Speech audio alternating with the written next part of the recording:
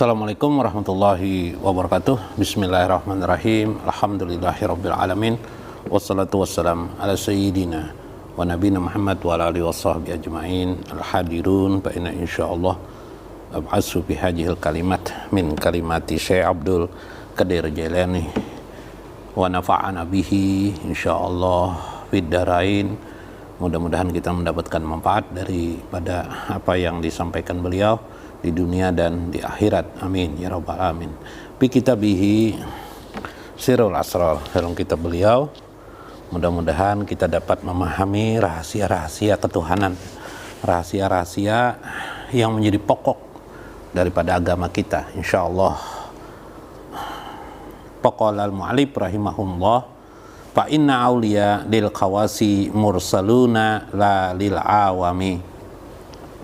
Di sini beliau menjelaskan tentang kondisi para aulia Allah, ya. Karena aulia Allah ini juga banyak beberapa ayat-ayat mengetengahkan tentang para aulia Allah. Yang beberapa waktu yang silam beliau juga mengisahkan bagaimana situasi batin seorang aulia Allah itu, sehingga mereka sampai kepada titik inna aulia Allah la khaufun, tidak ada rasa takut, walahum yahjanun, dan tidak ada rasa gundah dalam kehidupan mereka. Jadi itu suasana batin. Sekarang kita melihat dari segi kedudukan wali, ya, kedudukan para wali Allah dan para nabi. Nabi itu khususnya Nabi Muhammad, kita dalam Islam Nabi Muhammad SAW. Maka para aulia Allah itu diperuntukkan sebenarnya untuk para orang-orang khawas, bukan untuk orang awam. Itu dari segi yang bedanya. Tapi kalau Nabi Muhammad berbeda. Nabi Muhammad untuk orang khawas dan untuk orang awam. Untuk orang khawasul khawas dan untuk orang awam. Jadi sampai di derajat 3 tingkatan. Sedangkan para aulia Allah untuk orang khawas saja. Nah, itu kebanyakan seperti itu. Nanti ada lagi titik yang lainnya. Ini satu titik dulu bagian ini. Farqan bainan nabi wal wali. Maka terjadilah perbedaan antara wali dan nabi itu sendiri. Fa'inan nabiya, sesungguhnya para nabi itu yursalu ilal ulumi wal khawas jami'an mustaqilan binafsi. Nabi, misalnya Nabi Muhammad dalam hal ini, Muhammad yursalu ilal ulumi wal khawas. Jadi beliau itu diutus untuk orang-orang kebanyakan semua manusia dan orang khawas.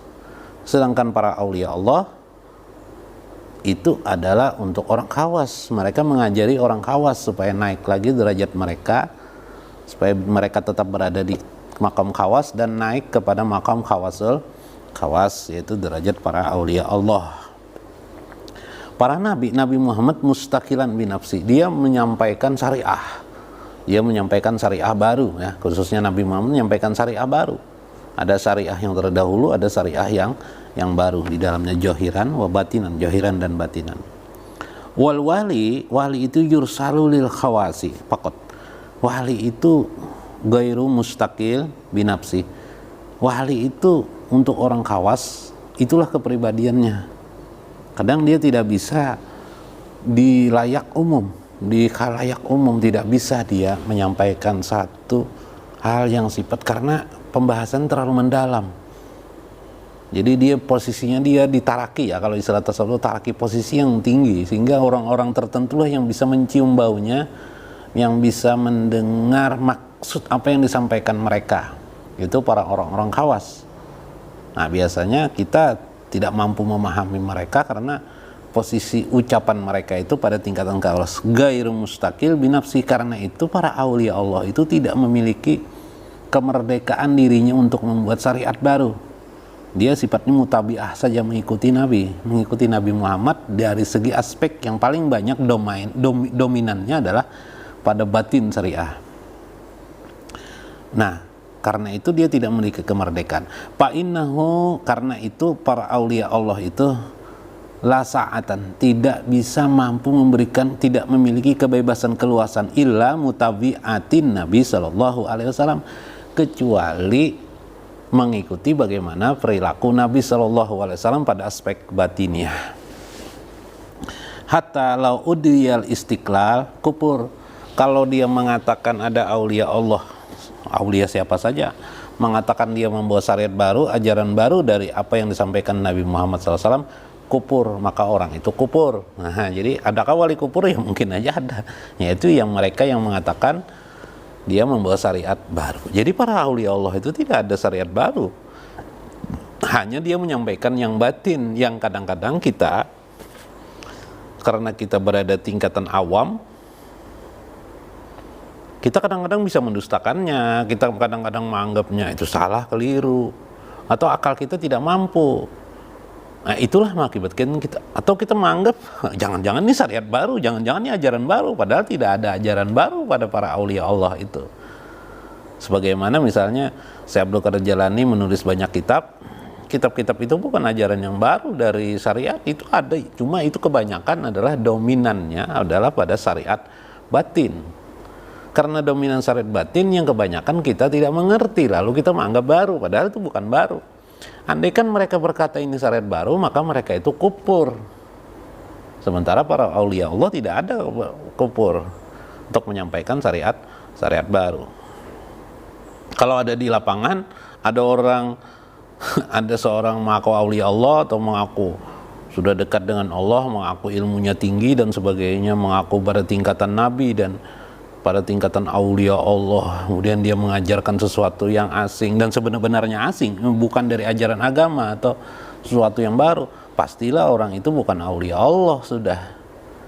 Bukan jatuh ke kuburan, tidak, pasti orang itu bukan aulia Allah, mungkin aulia gadungan. Nah, aulia gadungan, misalnya ada orang syariat dia tidak, syariat zahir tidak dilaksanakannya, katanya hanya syariat batin saja, Pak, tapi dia tingkatan aulia Allah, itu aulia gadungan berarti ya.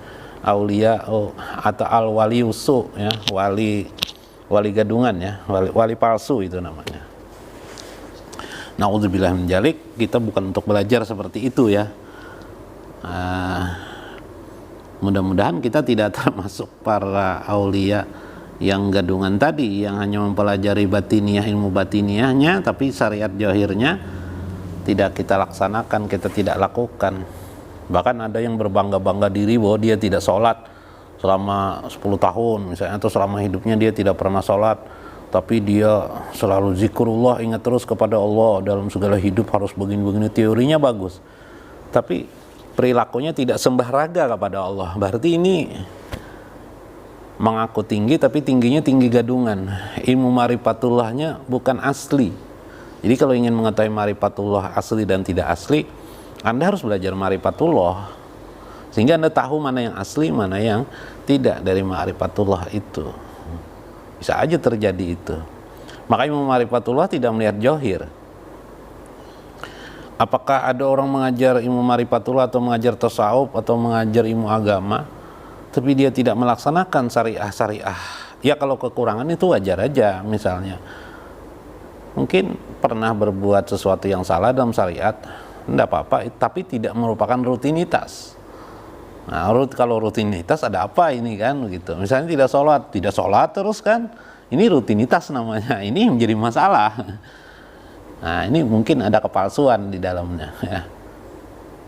Jadi itu pemaknaan tentang keauliaan Allah, keauliaan orang-orang di sisi Allah Subhanahu wa taala, yang membedakannya dia domainnya pada batin. Nah, bagaimana mereka memandang syariah batin itu pada perilaku Nabi? Nanti kita akan beri pandangan tentang perbedaan para aulia. Fa indahu al-ulama indal aulia dan al-ulama indal awami. Jadi ada ulama nanti, para aulia Allah itu ada ulama. Para aulia Allah itu pasti ulama. Ini adalah ulama aslinya ya. Ada lagi nanti disebut dengan ulama, tapi bukan palsu ulamanya. Betul, mereka ulama, tapi ulama untuk syariat zahir, atau ulama pada kebanyakan awamnya. Itu yang paling banyak domainnya nanti. Mungkin ada pandangan. Lalu bagaimana cara pandang mereka terhadap agama, terhadap diri Nabi SAW? Nah, pada tingkatan aulia Allah, cara pandang pribadi Nabi SAW itu dipandangnya bukan sekedar teks.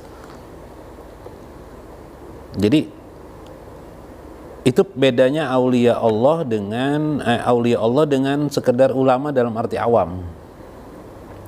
Ulama dalam arti awam itu memahami Nabi itu teks hadis-hadis Nabi, teks Al-Quran dan teks hadis Nabi.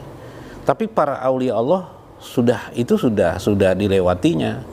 Mereka masuk ke ruang pribadi Nabi. Jadi mereka memahami intim mereka itu pada pribadi Nabi, yang mereka rasuk, ya, yang mereka dalami makna batiniah kepribadian Nabi. Nah, mungkin mudah-mudahan nanti ada pembahasan bagian-bagian itu, tapi seyogianya kita bisa memahami maksud saya Abdul Qadir Jalani dalam konteks yang dikatakan beliau tadi, al-ulama, yang dimaksud al-ulama warasatul anbiya.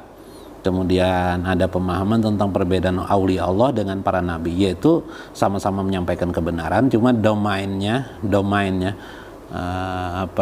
peliputan bahasan aulia Allah itu banyak kepada batin syariah, karena itu dia untuk orang yang khawas.